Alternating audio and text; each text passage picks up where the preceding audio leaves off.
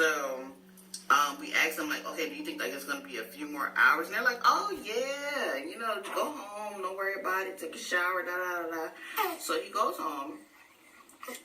He's not even home for about a half an hour, and they come in and they check me. They're like, okay, you're 9 centimeters dilated now, and I'm like, huh? Great. This is like around 11, maybe like 11 o'clock-ish, I'm thinking.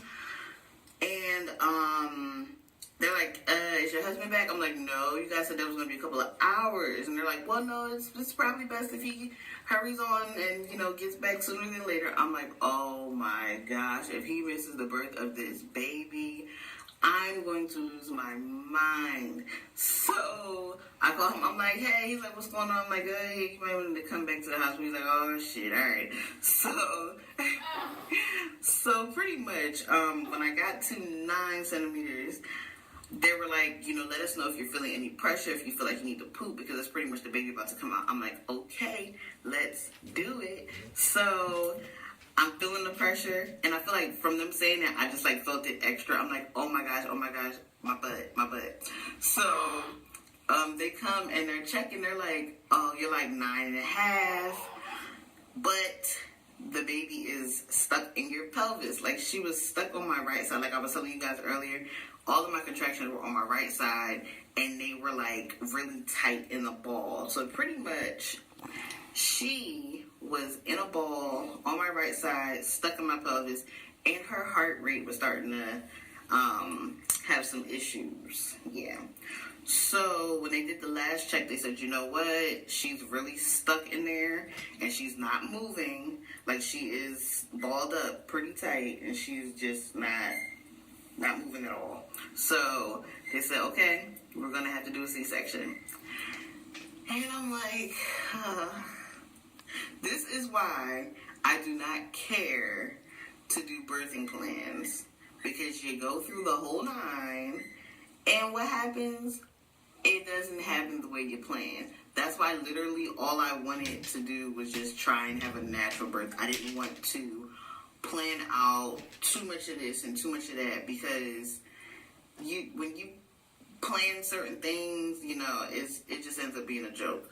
So I was happy that I did at least have my water break on its own. She did break my water, and it was in the middle of the night, just exactly the way I wanted it to be, and my husband was home with me just exactly the way I wanted it to be as well. And she really did come on her own time for the most part, and that really is the best feeling in the world for me. So they told me, like, we're gonna have to do a C-section. I'm like, all right, whatever, let's just go. So my husband gets back, they suit him up with all the stuff on, and they gave me something to drink before we went down for the C-section, and I don't know what that stuff was, but by the time I got on the table and they started numbing me, I said, I'm getting nauseous, I have to throw up. So my husband is literally like at the side of my face like this, and I told the nurse, I'm like, I have to throw up, like I have to throw up now. But of course, like, I'm numb from the waist down. They don't want you moving. They don't want you doing anything. So she's like, oh, just turn your head to the side. So I'm literally, like, in his face, throwing up. And he's just like, oh, baby, it's okay. It's okay. You're all right. It's okay. I'm just like, it's a disgusting. But, yeah, so that was going on. During the C-section, all I really felt was pressure, and I was really, really cold. Come to find out, I had a fever, and that's why I was so cold. But it was literally nothing but pressure. They did say that when my water broke, I guess, like, she ate, like, poop, some of the poop that was in there, and it was, like, all over her. So they did have the specialist there when they pulled her out, so to make sure that, you know, like, they could, like, check her and everything. So they got her out, and she did not cry. My husband didn't cry. I didn't cry. It was kind of weird. I'm like, why is nobody crying? So then they take her over to the table. They're wiping her down. They're doing the suction and everything. And I'm like, is she okay? And my husband's like, yeah, I'm looking right at her. She's fine. She's fine. I'm like, but why isn't she crying? Like, why is she not making any noise at all? Like, what's going on? Are you sure she's okay? He's like, I'm looking right at her. Because I'm thinking they done rushed her off to another room or something, because clearly on TV, right? on TV, the baby pops out, and it's just all types of noises. So I'm like, why is my baby so quiet? What's going on? This is freaking me out. So I just kept asking him over and over. He's like, babe, she's fine. I'm looking at her. I'm like, okay, if you say so. So then all of a sudden I just hear like a, I'm like, what is that? Like, are you serious? You're relieved, you're tired, you're exhausted. What? So that was pretty much the only noise that she made while we were in the operating room, and other than that, she was quiet. So he held her first, and we took a bunch of pictures. I'll have pictures throughout this video, so you guys probably have already seen better pictures, because she's not in the picture mood. Maybe I can get a little, but it's dark in here. There she is. So, yeah, so he held her first, and then they let me do skin to skin with her. Well, actually, they had to, of course, stitch me up and everything, but then we went to, it's like a little post-op room, I guess, and that's when they still have you, like, hooked up to certain things. Well, I guess it's the recovery room. I don't know, whatever. But I got to do skin to skin with her, and she latched. I believe she latched at that moment, too. I was just so overwhelmed and so excited. So I didn't mention this. So I did have to get an epidural because, of course, I had the C-section. So other than that, I didn't have anything. And of course, like afterwards, they just started pumping me with everything. Once it's like, okay, C-section's a go, you're getting it all. I'm kind of all over the place, but the reason I didn't want to have Pitocin and everything like that before is because Pitocin, it makes you have stronger contractions, and it makes your contractions a lot worse than they need to be. And then you have to get pain medication. I can't remember what that's called. Or is that the epidural? I don't know. Whatever. It's like they give you one thing to make the contractions come extra hard, and then they give you something to soothe it. So it's kind of like, if you don't get the one thing to force the pain, then you won't need the drug to relieve the pain, if that makes sense. Like, I just didn't want all of that stuff. So I'm happy that I got to avoid all of that, even though I was in labor all that time, pretty much, to still get a C-section, because we could have got a C-section as soon as we got there. Baby. But, whatever. So yeah, I did end up getting an epidural. Again, I got an epidural back in August when I got my Cerclage put in. So I'm familiar with how they do it. I just didn't want it.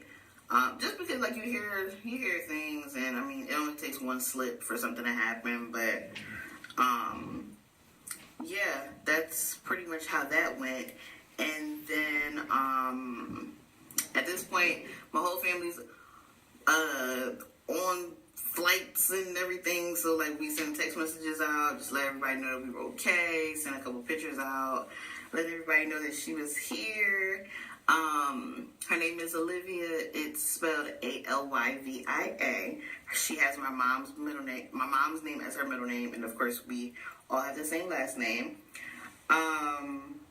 She was 7 pounds 1 ounce, 19 3/4 of an inch long. What else? That's usually the stats. 12, 13, 18. She came at 2:41 p.m. I think that's pretty much it. Yeah, those are her little stats. If you guys want me to do like a recovering from my C-section video, let me know, because I have no problem. I will do that. I'm also going to do a video that discusses my whole Cerclage experience, because I do know somebody said they wanted to see that. Yeah, I can't think of anything else. Oh, breastfeeding, if you guys want to, I could probably just discuss that really quick. So, pretty much, when I started breastfeeding in the hospital, her latch was good right away, and I just wasn't sure if she was getting enough, but in the beginning, like, you're only producing that colostrum stuff, so that's all they need. Their bellies are like the size of grapes, so they don't really need too much. When I was in the hospital for 3 days? Thursday, Friday, Saturday, came home Sunday. So like three,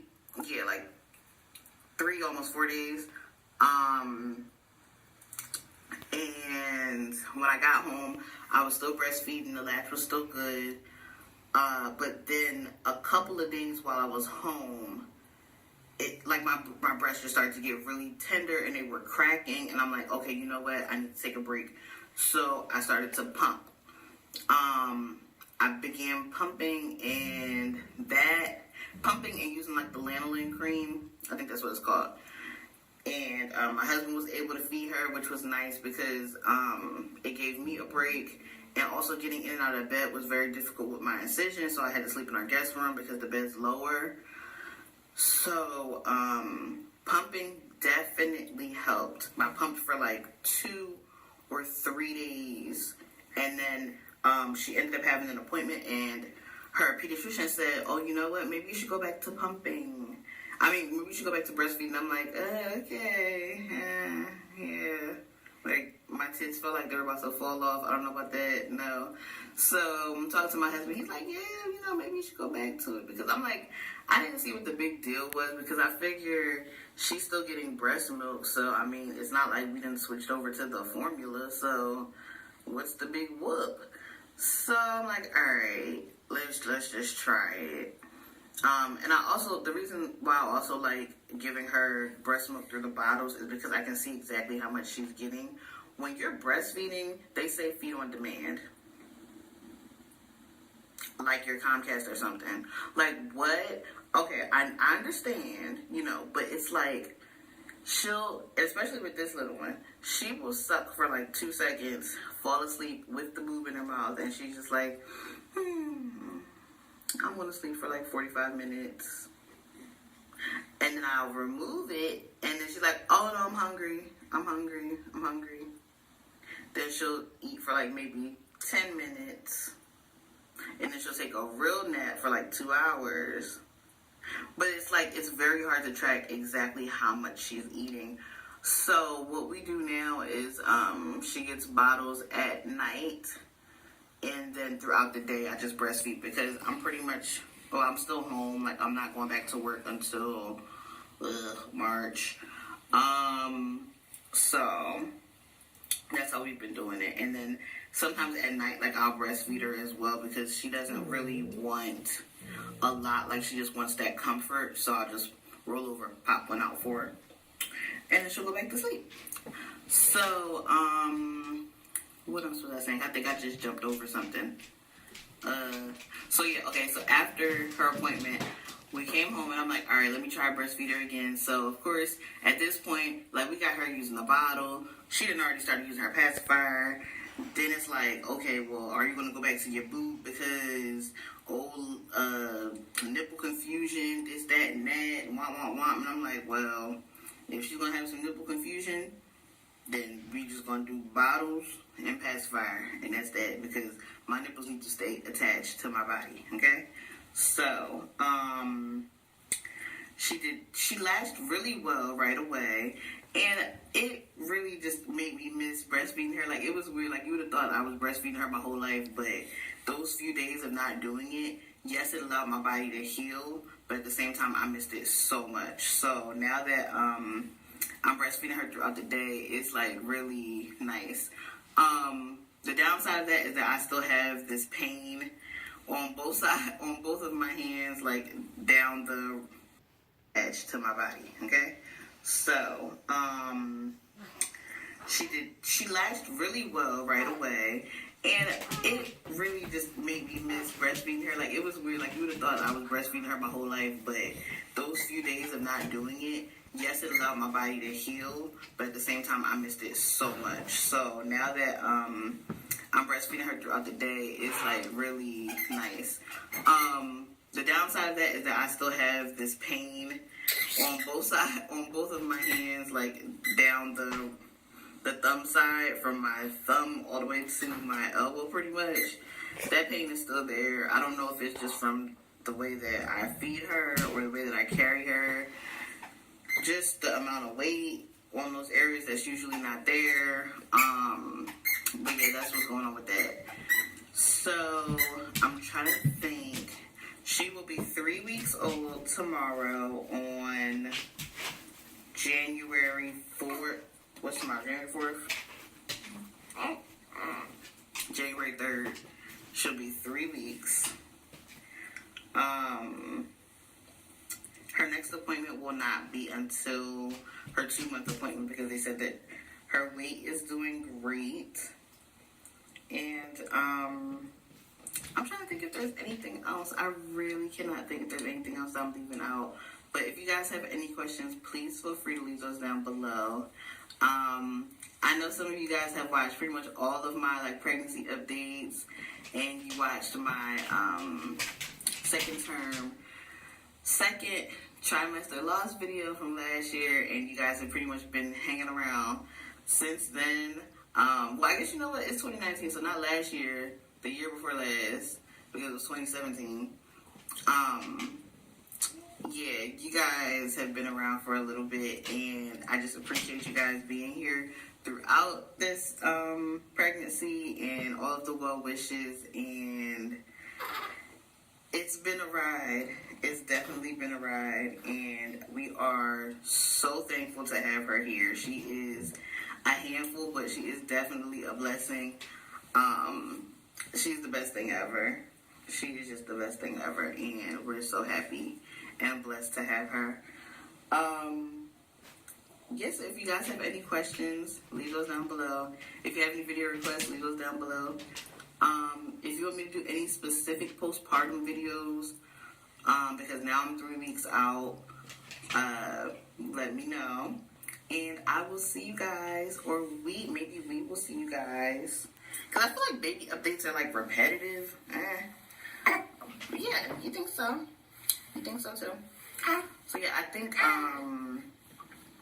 those type of videos are repetitive, but yeah, if there's any other videos you guys want to see, let me know, and I'll do that. So I will see you guys on my next video. Bye.